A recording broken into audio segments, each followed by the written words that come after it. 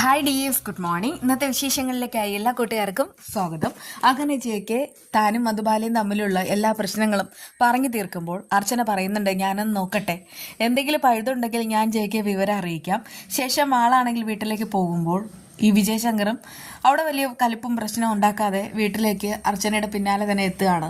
എന്നിട്ട് പറയുന്നുണ്ട്, ഞാനും ചന്ദ്രയും ഇല്ലാത്ത സമയത്ത് നീ ആണെങ്കിൽ കുട്ടികളെ തനിച്ചാക്കിയിട്ട് അവനെ കാണാൻ പോയി ആ ജെക്കയെ നീ കാണിക്കുന്നത് ശരിയാണെന്ന് നിനക്ക് തോന്നുന്നുണ്ടോ? അത് കേട്ട് അർച്ചന പറയുന്നുണ്ട്, നിങ്ങൾക്കിത് എന്തിൻ്റെ കേടാണ്? കുറേ ദിവസമായിട്ട് ഞാൻ ശ്രദ്ധിക്കുന്നുണ്ട്, ഞാനിങ്ങനെ ജെക്കയോട് സംസാരിക്കുന്നതും കാണുന്നതുമെല്ലാം നിങ്ങൾക്ക് വല്ലാതെ അരോചകം തന്നെയാണ്. നിങ്ങൾ ആരാണ് എൻ്റെ കാര്യങ്ങൾ ഇടപെടാനായിട്ട്?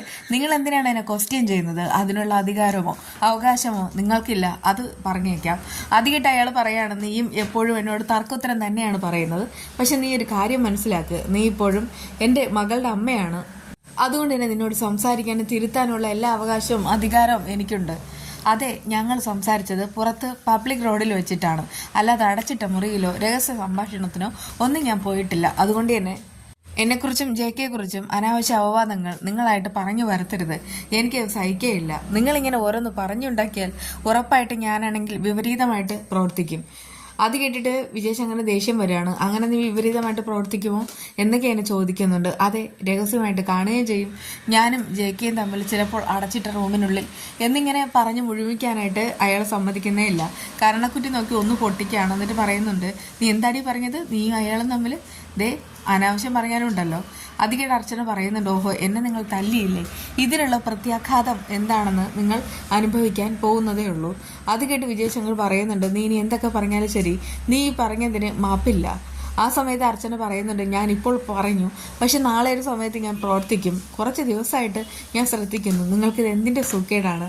എൻ്റെ കാര്യത്തിലൊന്നും ഇടപെടാനായിട്ട് നിങ്ങൾക്കാരും അവകാശം തന്നിട്ടില്ല. നിങ്ങൾ എൻ്റെ മകളുടെ അച്ഛൻ തന്നെയാണ് എന്ന് കരുതിയിട്ട് എന്നെ ഭരിക്കാനായിട്ട് ഞാൻ ആർക്കും എന്നെ തീരെ എഴുതി കൊടുത്തിട്ടില്ല. അത് നിങ്ങൾ മനസ്സിലാക്കണം. അത് കേട്ട് വിജയശങ്കർ ആകെ പോഞ്ഞു നിൽക്കുകയാണ്. എന്നിട്ട് പറയുന്നുണ്ട്, മര്യാദയ്ക്ക് നിൽക്കുക, അല്ലെങ്കിൽ ഇനി എൻ്റെ കയ്യിൽ നിന്ന് മേടിക്കും. അർച്ചന പറയുന്നുണ്ട്, ഇനി ഇങ്ങ് തല്ലാൻ വരാം, ഞാൻ നിങ്ങൾ കാണിച്ചു തരാം. ഓഹോ, അങ്ങനെയാണോ എന്ന് പറഞ്ഞിട്ട് രണ്ടുപേരും കൂടെ അങ്ങോട്ടും ഇങ്ങോട്ടും വീണ്ടും അടികൂടാനായിട്ട് പോവാണ്. അതിനിടയ്ക്ക് കുട്ടികൾ വരുന്നു. എന്താ അച്ഛൻ അത്? അച്ഛനത് എന്താ കാണിക്കുന്നതെന്നൊക്കെ ചോദിക്കുന്നുണ്ട്.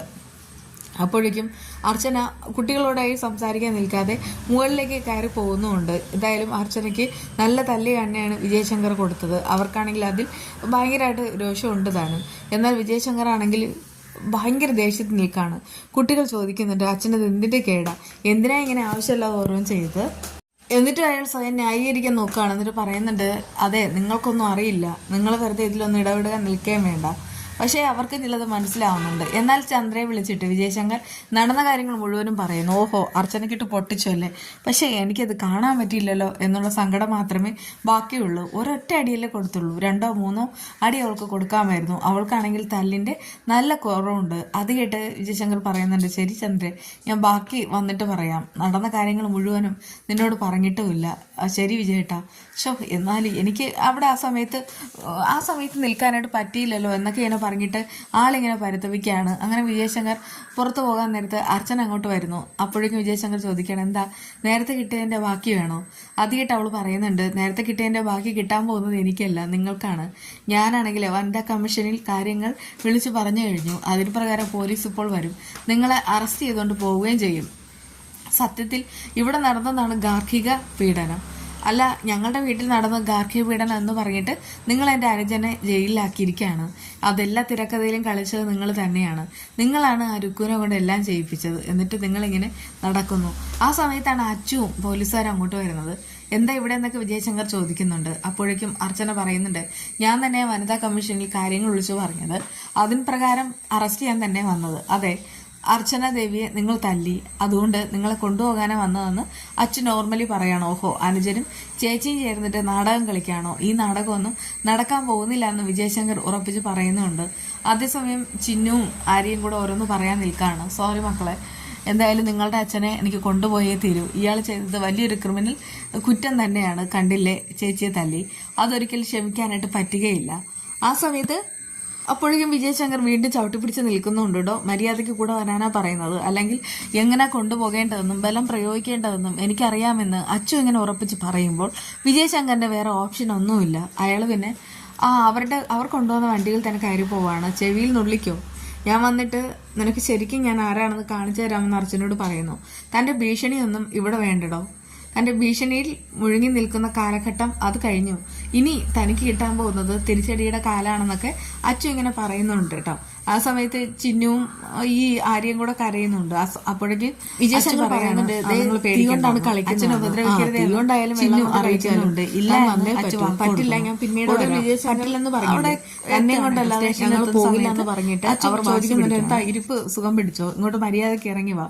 പിന്നെ ഇയാൾ രക്ഷപ്പെടാൻ നോക്കും. പോലീസുകാരോട് അയാൾ ഒന്ന് സൂക്ഷിച്ചോളാനൊക്കെ പറയുന്നുണ്ട്. ഇതിനിടയ്ക്ക് വിജയശങ്കർ അകത്ത് വരുമ്പോൾ ഇരിക്കാൻ നോക്കുമ്പോൾ അച്ചു ആണെങ്കിൽ കസേര മാറ്റിയിടുകയാണ്.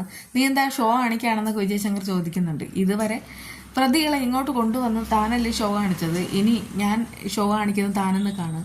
താനും തൻ്റെ അച്ചുവും എല്ലാവരും കൂടെ ചേർന്നിട്ട് പാവം മൂന്തേട്ടനകത്താക്കി.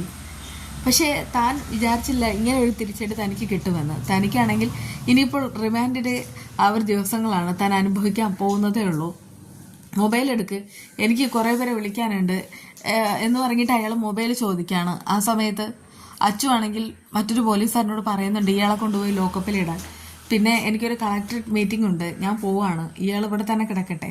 അത് കേട്ട് വിജയശങ്കർ പറയുന്നുണ്ട്, എനിക്ക് കുടിക്കാൻ ചായ വേണം, ചായ പോയിട്ട് പച്ചവെള്ളം പോലും ഇയാൾക്ക് കൊടുക്കണ്ട, വേണമെങ്കിൽ അകത്ത് കൂജയിൽ വെള്ളം കാണും, അതെടുത്ത് കുടിച്ചാൽ മതിയെന്ന് അച്ചു ഇങ്ങനെ ഉറപ്പിച്ച് പറയാണ്. വിജയശങ്കർ താൻ അനുഭവിക്കുന്നത് വിളിച്ചു പറയുമ്പോൾ താൻ പോടോ എന്നൊക്കെ പറഞ്ഞിട്ട് അച്ചു പുറത്തേക്ക് വരികയാണ്. അപ്പോഴേക്കും അർച്ചന വന്നിട്ട് കാര്യം തിരക്കുന്നു. അച്ചു പറയാണ്, അതിപ്പോ ചേച്ചി എനിക്ക് കളക്ടറേറ്റിൽ പോകണമെന്നൊക്കെ ഞാൻ അയാളോട് വെറുതെ പറഞ്ഞു. സത്യം പറഞ്ഞാൽ എനിക്ക് എങ്ങും പോകേണ്ട, ഞാനൊന്ന് പുറത്ത് പോയി റൗണ്ട് അടിച്ചിട്ട് വരാം, അയാൾ അവിടെ നിന്ന് കാലി കഴിക്കട്ടെ. അത് കേട്ട് അർച്ചന പറയുന്നുണ്ട്, അയ്യോ മോനെ സൂക്ഷിക്കണം, അയാൾ ഏത് വിധേനയും രക്ഷപ്പെടാൻ നോക്കും, പ്രത്യേകിച്ച് ഇവിടെ പോലീസുകാർ അയാൾക്ക് സഹായിക്കുക.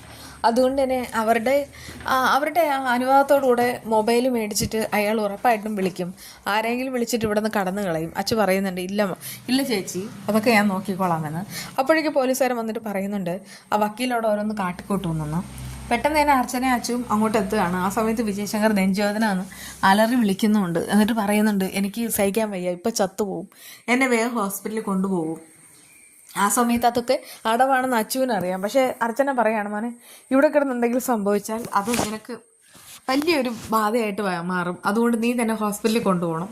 ഇപ്പോൾ തന്നെ ഇയാളെ കൊണ്ടുപോകുന്നൊക്കെ പറയുമ്പോൾ അച്ചു പിന്നെ വേറെ ഒന്നും നോക്കുന്നില്ല കേട്ടോ. അച്ചു ആണെങ്കിൽ പിന്നെ കൊണ്ടുപോവാണ്. അവിടെ കൊണ്ടുപോകുന്ന സമയത്തൊക്കെ അയാൾ അലറി വിളിക്കുന്നുമുണ്ട്. അപ്പോഴെങ്കിലും ഡോക്ടർ അച്ഛനോട് പറയുന്നുണ്ട്, നിങ്ങൾ പുറത്ത് നിൽക്കുക, ഞാനൊന്ന് നോക്കട്ടെ എന്ന്.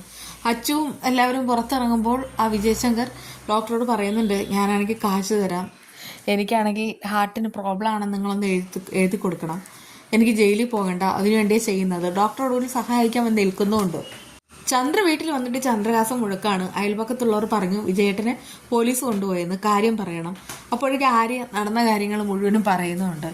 അത് കേട്ടിട്ട് ചന്ദ്ര ചോദിക്കുകയാണ്, നീ എന്തിനാണ് ഇവനെ ഇവിടെ നിൽക്കുന്നത്, നീ ഇവിടെ എന്നാണോ കാലുകുത്തിയത് അന്ന് മുതൽ ഈ വീട്ടിലെ സ്വസ്ഥതയും സമാധാനവും സന്തോഷവും എല്ലാം നിലച്ചു, എന്നിട്ട് നിനക്ക് എന്തിന്റെ കേടാ. അത് കേട്ട് ചിന്നുവിന് സങ്കടമാവാണ്. ചിന്നു ആ സമയത്ത് കരയുന്നുമുണ്ട്.